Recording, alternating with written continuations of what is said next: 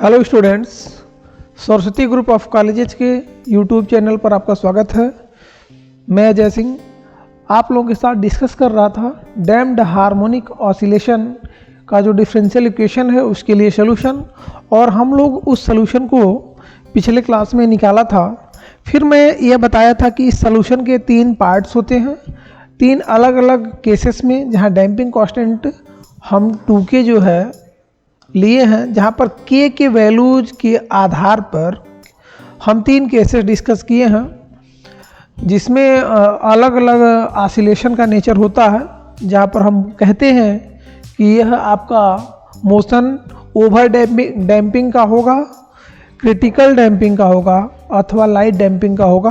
तो जो final solution निकल करके आया है उस सॉल्यूशन में किन केसेस में यह ओवर डैम्पिंग होगा, किस केस में लाइट डैम्पिंग होगा और किस केस में क्रिटिकल डैम्पिंग होगा, ऐसा क्या कंडीशन है उसको हम लोग देखते हैं। काफ़ी बार यह प्रश्न पूछा गया है।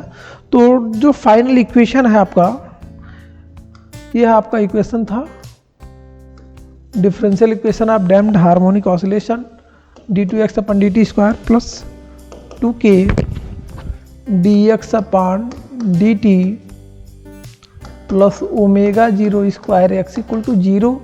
यह था डिफरेंशियल इक्वेशन। एक लेक्चर्स में इसको हमने पहले कंप्लीट किया है। फिर इसका सॉल्यूशन, जनरल सॉल्यूशन जो आपको मिला था, general solution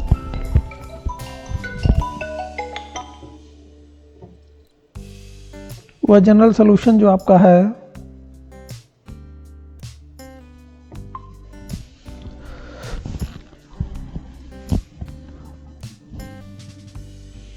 x equal to a1 e पर power delta t plus a2 e पर पावर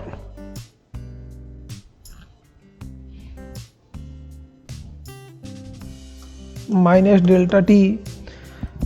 यहाँ पर a1 और a2 दोनों जगह यही था।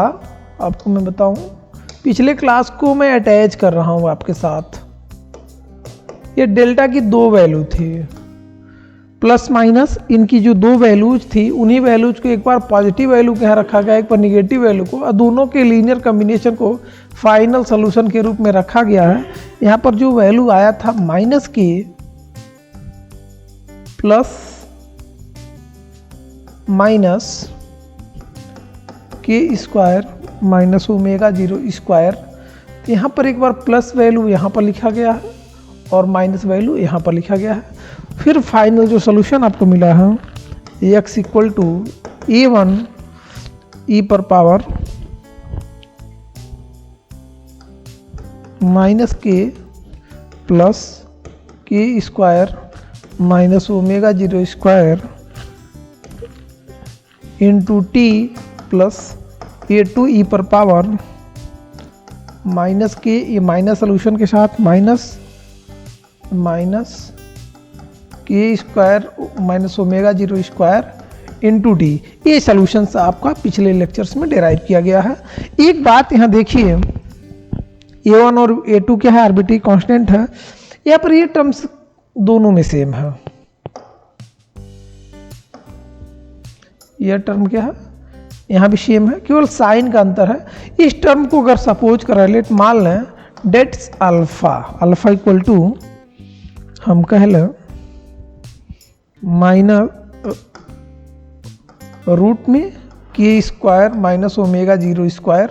फिर जो सिंप्लीफाइड फॉर्म में सॉल्यूशन लिखा जाएगा, कुछ और यहाँ फिजिक्स नहीं, केवल इसको सिंप्लीफाइड फॉर्म में लिख रहे हैं। तो फिर आपका जो सॉल्यूशन होगा वह कुछ इस तरह से हो जाएगा, e पर पावर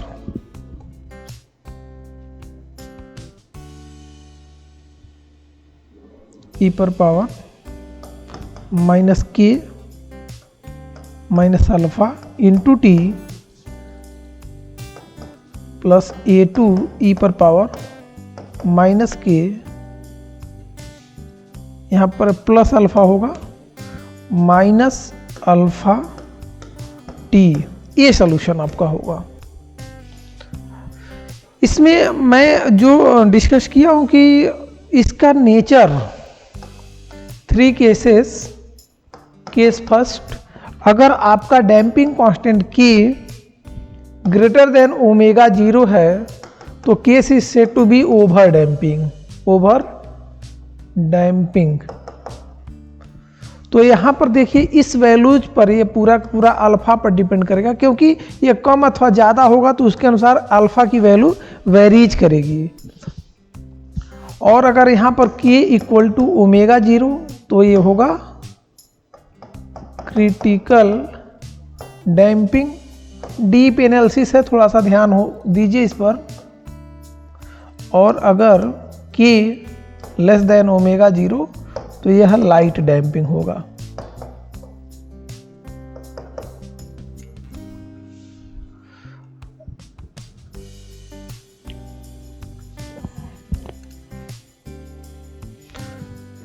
फिर अब इन वैल्यूज को अगर हम एक एक केस यहां पर सॉल्व करें तो देखिए कि केस फर्स्ट, व्हेन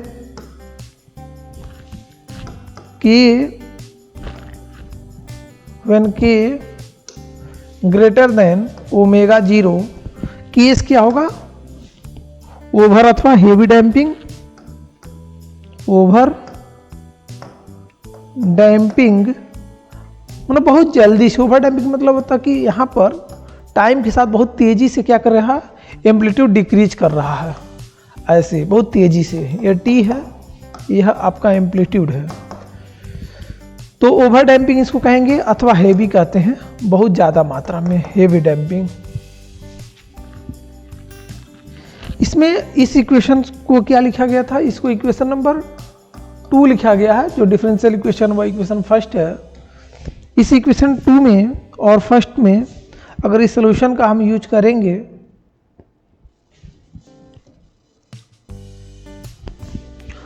तो आपको मिलेगा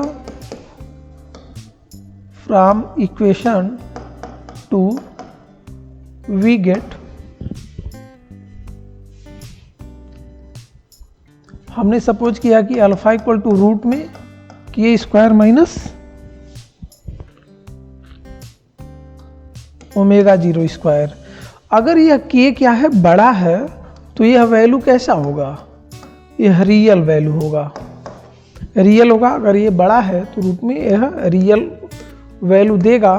फिर हम इस वैल्यूज को लिख सकते हैं x इक्वल टू ई पर पावर, यहाँ पर ध्यान दीजिए, थोड़ा सा इस पर रिमाइंड करिए, ई पर पावर के टी, के और इसका मल्टीप्लाई करेंगे तो टी, और यहाँ पर के और इसका मल्टीप्लाई, ई पर पावर के टी दोनों जगह हैं। इन दोनों जगह से इसको क्या करिए, कॉमन कर लीजिए। जब कॉमन करके लिखेंगे तो इस टर्म को आप यहाँ लिख सकते हैं ई पर पावर माइनस के टी, दोनों जगह से कॉमन है। फिर जो बचेगा यहाँ से a1 ई पर पावर अल्फा टी, ये टर्म बचेगा, प्लस a2, थोड़ी सी कैलकुलेशन है यहाँ पर, माइनस साइन के साथ है तो माइनस अल्फा टी। इस इक्वेशन को आप इक्वेशन नंबर 3 कर लीजिए। और अल्फा जो है यहाँ पहले बताया हूँ कि अल्फा की वैल्यू यह है जो कि रियल है। अब इसको डिफरेंशिएट करिए, इसको डिफरेंशिएट करिए, डिफरेंशिएट करके वेलोसिटी आपको मिलता है dx upon dt equal to, अब देखिए यहाँ पर t के रूप में डिफरेंशिएशन करना है तो यहाँ पर ये फर्स्ट फंक्शन मान लीजिए, इसको सेकेंड फंक्शन, 2 फंक्शन के रूप में इसका डिफरेंशिएशन कर लीजिए। तो अगर इसको एज सच रख देते हैं यहाँ a1 ई पर power alpha t plus a2 e पर power minus alpha t, that इस फंक्शन का डिफरेंशिएशन हो जाएगा। तो इसका डिफरेंशिएशन क्या हो जाएगा, माइनस के और ई पर पावर माइनस के टी। तो यह as such differentiation of that function, इसको अगर मान लो सेकेंड मान लो, इसको फर्स्ट मान लो, first function and d d x of second यहाँ पर आ गया, और plus second function as such लिखिए के टी और इसका डिफरेंशिएशन करिए। इसका, जब इसका डिफ्रेंसिएशन करेंगे तो क्या मिलेगा, A1 A2 तो आरबीटी कांस्टेंट है, इसका डिफ्रेंसिएशन होगा अल्फा बाहर आ जाएगा तो आपको मिलेगा अल्फा A1 e पर पावर अल्फा टी और माइनस इसका डिफ्रेंसिएशन करेंगे तो आपको मिलेगा अल्फा A2 e पर पावर माइनस अल्फा टी, यह आपको डिफ्रेंसिएशन मिलेगा। इसको इक्वेशन नंबर 4 लिखिए। फाइनली इसको इक्वेशन नंबर 4 लिखा। इसका टाइम डेरिवेटिव हर कोई निकाल सकता है। अगर आप बीएससी की क्लास अटेंड कर रहे हैं, बीएससी में अगर आप हैं तो सिंपल सी बात है, इसका डिफ्रेंसिएशन आप आसानी से कर सकते हैं। फिर भी यहाँ पर जो स्टेप मैं बोला हूँ अगर इसका ध्यान रखेंगे तो आपको डिफ्रेंसिएशन समझ में आ जाएगा। हमें क्या करना है, हमें बाउंड्री कंडीशन यूज करके A1 और A2 की क्या करना है, वैल्यू निकालना है। पहले ही बताया हूँ, यहाँ पर A1 है, यहाँ पर A2 है। A1 और A2 का वैल्यू निकालना है यूजिंग बाउंड्री कंडीशन। तो बाउंड्री कंडीशन क्या है, द बाउंड्री कंडीशन, इसको थोड़ा सा समझिए। The boundary condition is given as, मान लेते हैं when t equal to 0 then x की वैल्यू क्या होगी, when t equal to 0 x equal to e होगा। अब ये बाउंड्री कंडीशन कहाँ से आ रहा है, इसका कॉन्सेप्ट समझिए। ये टाइम है आपका और ये क्या है, एम्पलीट्यूड लेते हैं। टाइम है और यहाँ पर एम्पलीट्यूड लेते हैं। पार्टिकल टाइम के साथ साथ इसकी एम्पलीट्यूड घटती जाती है। टाइम के साथ साथ इसका एम्पलीट्यूड क्या होता है, टाइम के साथ साथ एम्पलीट्यूड घटता है और यही हम क्या कहते हैं, डैम्प्ड हार्मोनिक ऑसिलेशन कहते हैं। और यहाँ पर हम उसी का डिस्कशन कर रहे हैं। तो देख रहे हैं कि अगर टाइम के साथ घट रहा है, अगर टाइम जब अभी पार्टिकल थोड़ा ही भी चला तो थोड़ी थोड़ी एम्पलीट्यूड घटेगी, थोड़ा थोड़ा घटेगा अगर पार्टिकल चलेगा तो ऐसे। तो यहाँ पर मान लीजिए ऐसे जा रहा और टाइम के साथ साथ घट रहा है।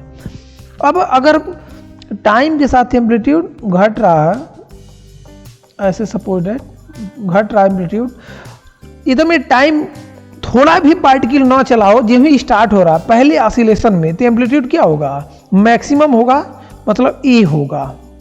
ये क्या है, ये है एम्पलीट्यूड क्या है, मैक्सिमम होगा। तो अगर पार्टिकल जब ही स्टार्ट कर रहा ऑसिलेशन, उस समय तो एम्पलीट्यूड क्या होगी, सबसे ज़्यादा होगा।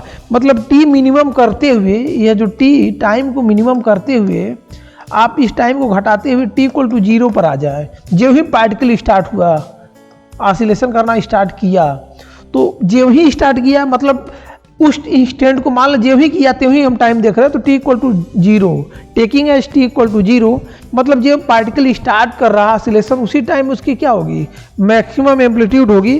तो बाउंड्री कंडीशन निकल करके आता है एट टी इक्वल टू 0, ए क्या होगा, एक्स इक्वल टू ए। तब आपका जो डिस्प्लेसमेंट होगा वह मैक्सिमम एम्पलीट्यूड के बराबर होगा। तो यह आपको मिलकर आता है। तो इसमें यह बाउंड्री कंडीशन यूज करिए, जहाँ जहाँ टी है उसकी वैल्यू क्या करिए, 0 रख लीजिए, और जो मिल रहा है उस इक्वेशन को नीचे लिखिए। बहुत सिंपल सा इक्वेशन आपको मिलेगा।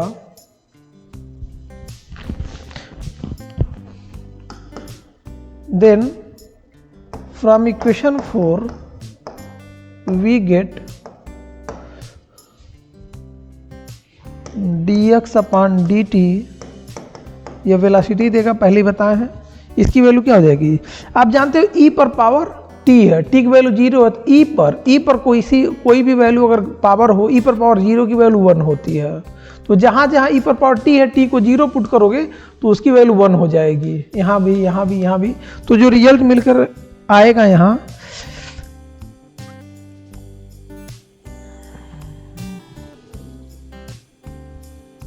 पर आएगा,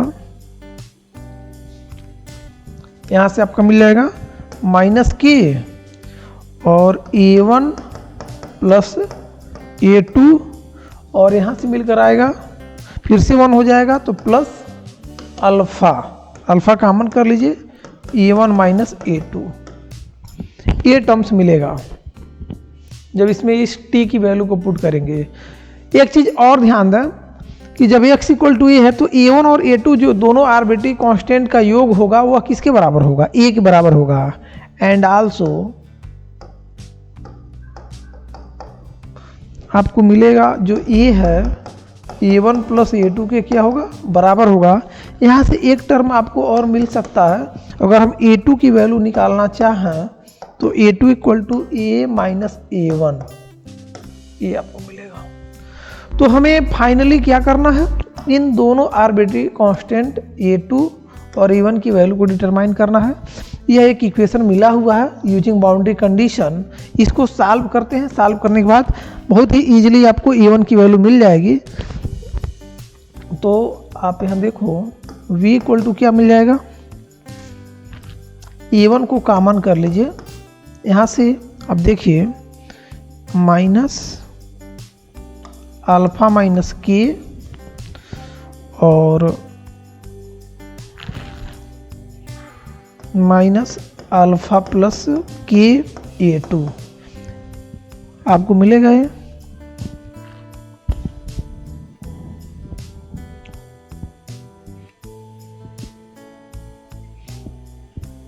अब यहाँ से आपको v इक्वल टू क्या मिलेगा, इसको मल्टीप्लाई करिए और यहाँ पर जो A2 की वैल्यू है इस वैल्यू को पुट करिए। यहाँ पर अगर पुट करेंगे तो आपको मिलेगा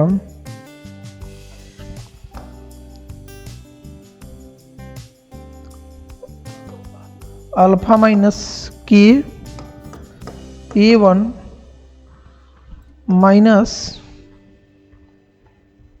अल्फ़ा प्लस के, और इस A2 की वैल्यू है लिखिए A माइनस A1, यह आपका इक्वेशन मिलेगा। यहाँ से v की वैल्यू निकल करके आएगी v equal to 2 alpha A1 minus alpha plus k और a, ये वैल्यू निकलेगा। फिर यहाँ से आप E1 की वैल्यू निकाल लेंगे, इस टर्म को इधर करोगे तो प्लस के साथ ऐड हो जाएगा। फिर आपको मिलेगा 2 alpha A1 equal to v plus alpha plus k a, और यहाँ से अगर आप फाइनली E1 की वैल्यू निकालना चाहो तो v plus alpha plus k a, और यह डिनोमिनेटर में आ जाएगा 2 अल्फ़ा। यह आपने बाउंड्री कंडीशन का यूज करके एक कांस्टेंट A1 की वैल्यू को डिटरमाइन कर लिया। इसको अगर इक्वेशन नंबर आप 5 लिख लीजिए। सिमिलरली आप निकाल सकते हैं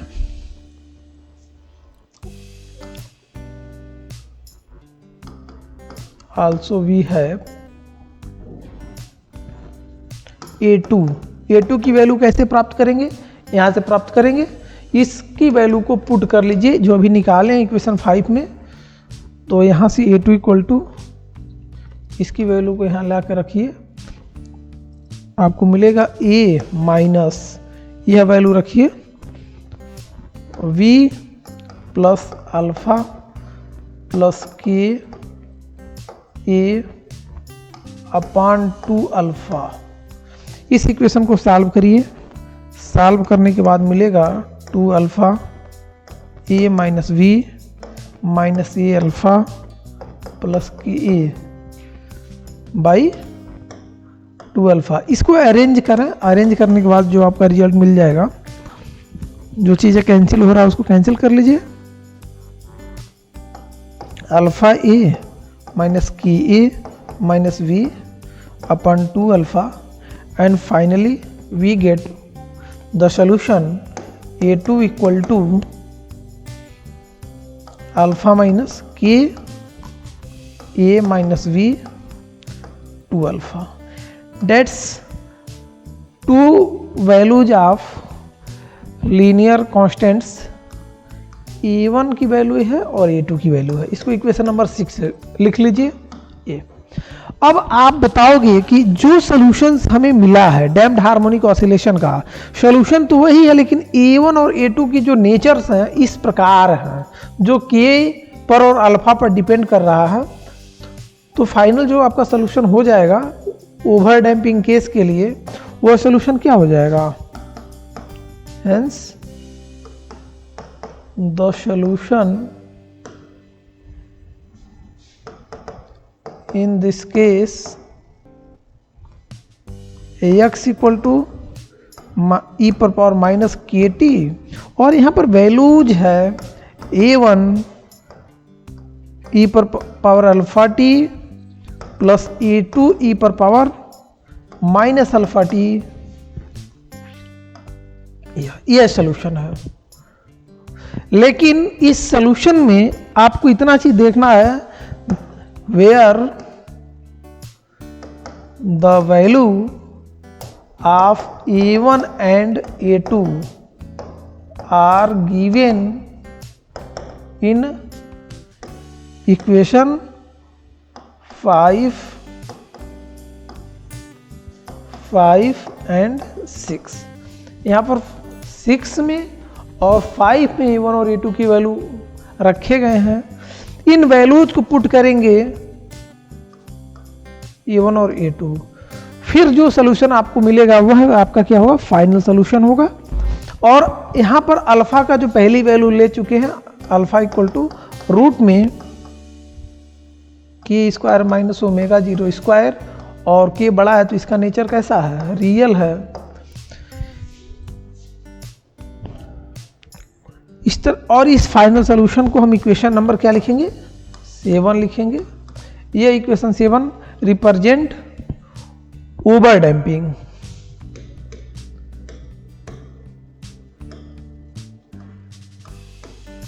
रिप्रेजेंट ओवर डैम्पिंग। ये देखिए ई पर पावर टी है के टी, और के क्या है? डैम्पिंग कांस्टेंट है। के क्या है? डैम्पिंग कांस्टेंट है, ध्यान दें यहाँ, और निगेटिव साइन के साथ है। इसका मतलब है कि जो हमारा डिक्रीमेंट होना है एम्पलीट्यूड में, पूरा जो एक्स डिस्प्लेसमेंट तेजी से घटेगा ना टाइम के साथ, वो वह एक्सपोनेंशियली घटेगा। एक्सपोनेंशियल फैक्टर है, कुछ अन्य फैक्टर रिस्पॉन्सिबल तो होंगे ही होंगे, लेकिन एक्सपोनेंशियली माइनस साइन का मतलब है कि डिक्रीज को शो करता है। पॉजिटिव रहेगा तो इंक्रीमेंट को शो करेगा, लेकिन यहाँ डिक्रीमेंट को शो कर रहा है, एक्सपोनेंशियली तेजी से डिक्रीज होगा। और जो ग्राफ का नेचर होगा लाइक दिस होगा। मैं यहाँ पर ड्रा कर रहा हूँ, देखिए यह आपने डिस्प्लेसमेंट लिख लिया, डिस्प्लेसमेंट, और ये क्या है? टाइम है। टाइम के साथ ही तेजी से डीके करेगा एक्सपोनेंशियली, ओरिजिन ओ। यहाँ पर जो डीके होना है इस तरह से होगा, थोड़ा और शार्प होगा। आप इसको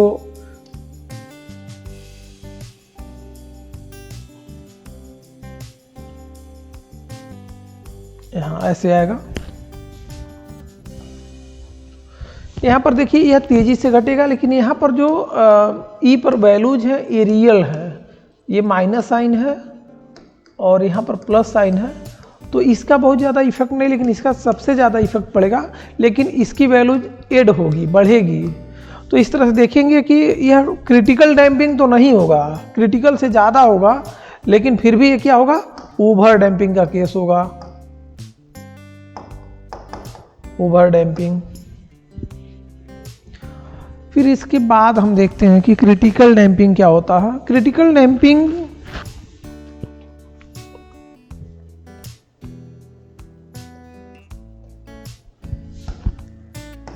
केस सेकंड, व्हेन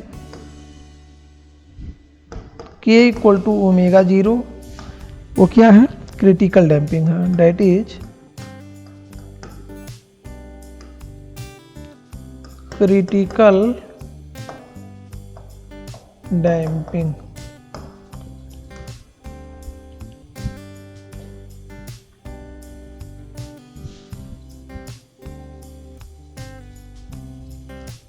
यह आर्टिकल आपका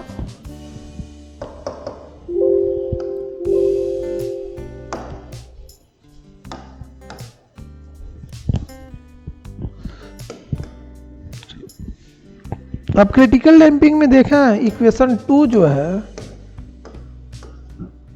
2 गिव्स इक्वेशन 2 में अगर k इक्वल टू ओमेगा 0 आप रखेंगे तो मिलेगा x इक्वल टू ई पर पावर माइनस के T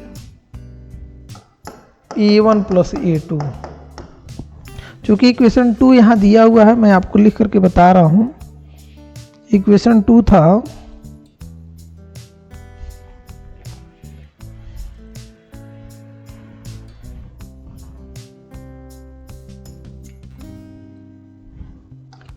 x equal to A1 E minus k minus plus k square minus omega 0 square t plus A2 e पर power minus k square omega 0 square into t. यहाँ ये minus है, तो देखिए यहाँ पर ये जब दोनों बराबर हो जाएंगे, ये जो ही बराबर होगा तो ये चीज़ें क्या मिल जाएगी, 0 मिल जाएगी और ये भी 0। तो t के साथ केवल यह टर्म मिलेगा t के साथ। तो यहाँ पर देखिए e पर पावर के टी यहाँ पर कॉमन हो गया है, यहाँ से A1 बच गया है और e पर पावर माइनस ई पर पावर के टी यहाँ से भी कॉमन हो गया है और यहाँ A2 बच गया है। तो फाइनली आप देखिए यहाँ पर अन्य कोई टर्म नहीं आ रहा है, A1 और A2 आ रहे हैं, लीनियर कांस्टेंट हैं। और फाइनली जो आपका डिस्प्लेसमेंट आ रहा है डायरेक्ट एक्सपोनेंशियल फंक्शन है A1 और A2, ये कांस्टेंट है A1 एंड A2, ये वैल्यू तो फिक्स है। तो आप देखेंगे कि टाइम के साथ वेरी कर रहा है, एक्सपोनेंशियली डीके कर रहा है तेजी से। मतलब ओवर डैम्पिंग में केवल और केवल यह टी का फंक्शन है, बाकी यहाँ पर अन्य जगह कहीं भी टी नहीं आया है। मतलब यहाँ पर जो टाइम है और यहाँ पर क्या है डिस्प्लेसमेंट है, तो एक्सपोनेंशियली घटेगा, डिस्प्लेसमेंट एक्सपोनेंशियली घटेगा, बहुत तेजी से घटेगा। और यहाँ पर शार्प डिक्रीमेंट होगा एम्पलीट्यूड का, और ये शार्प डिक्रीमेंट क्या कहलाता है, क्रिटिकल डैम्पिंग, क्रिटिकल डैम्पिंग। तो अगर इक्वेशन 2 में इस वैल्यूज को अगर आप पुट करोगे तो देखोगे कि यह केवल और केवल एक्सपोनेंशियल का फंक्शन होगा, जो कि माइनस साइन के साथ है, जो डिक्रीमेंट शो कर रहा है। और इस केस में एम्पलीट्यूड बहुत ही तेजी के साथ टाइम जैसे इंक्रीज करेगा वैसे वैसे क्या होगा, डिक्रीज होगा। तो क्रिटिकल डैम्पिंग जैसे मान लीजिए कि अगर आप एक लोलक ले लीजिए एग्जाम्पल प्रैक्टिकल, और इसको किसी विस्कस सॉल्यूशन में, आयल वगैरह में, आयल है गाढ़ा कोई तरल पदार्थ है, उसमें अगर इसका क्या कर रहा है, दोलन करवाएं लिक्विड में, तो देखेंगे तेजी से क्या करेगा, जल्दी जल्दी इसका दोलन रुक जाएगा। वही विस्कस लिक्विड है, तो बहुत तेजी से क्या किया, इसका डिस्प्लेसमेंट घट गया, ऐसे ऐसे घट गया। तो यह जो तेजी से घटेगा ओवर डैम्पिंग से भी फास्ट, क्योंकि ओवर डैम्पिंग में यहाँ 2 टर्म और आ रहे थे, वो भी पॉजिटिव साइन के साथ अल्फा टी आया था, तो इससे तेज नहीं घटेगा। सबसे फास्ट किस में होगा, डी के क्रिटिकल डैम्पिंग में। तो सेकेंड केस को हम क्या कहते हैं, क्रिटिकल डैम्पिंग का केस कहते हैं, जो कि एक्सपोनेंशियली डिक्रीमेंट होता है। अब एक केस और आपका बचा है, जबकि क्या हो, ग्रेटर देन कि जहाँ पर हम लेस देन लेते हैं ओमेगा 0 से, और यह लाइट डैम्पिंग का केस आता है। अगले क्लास में इसको हम देखेंगे, यह काफ़ी महत्वपूर्ण केस होता है। तो यह जो एनालिसिस है डैम्पिंग का तीनों केसेस में, यहाँ 2 केसेस को हमने डीपली कवर किया। फिर एक केस जो बचता है लाइट डैम्पिंग का, जो प्रैक्टिकल हमारा सिंपल पेंडुलम होता है जिसमें एम्पलीट्यूड धीरे धीरे घटता है। यह केसेस हम अगले क्लास में डिस्कस करेंगे। आज के लिए बस इतना ही। Thank you.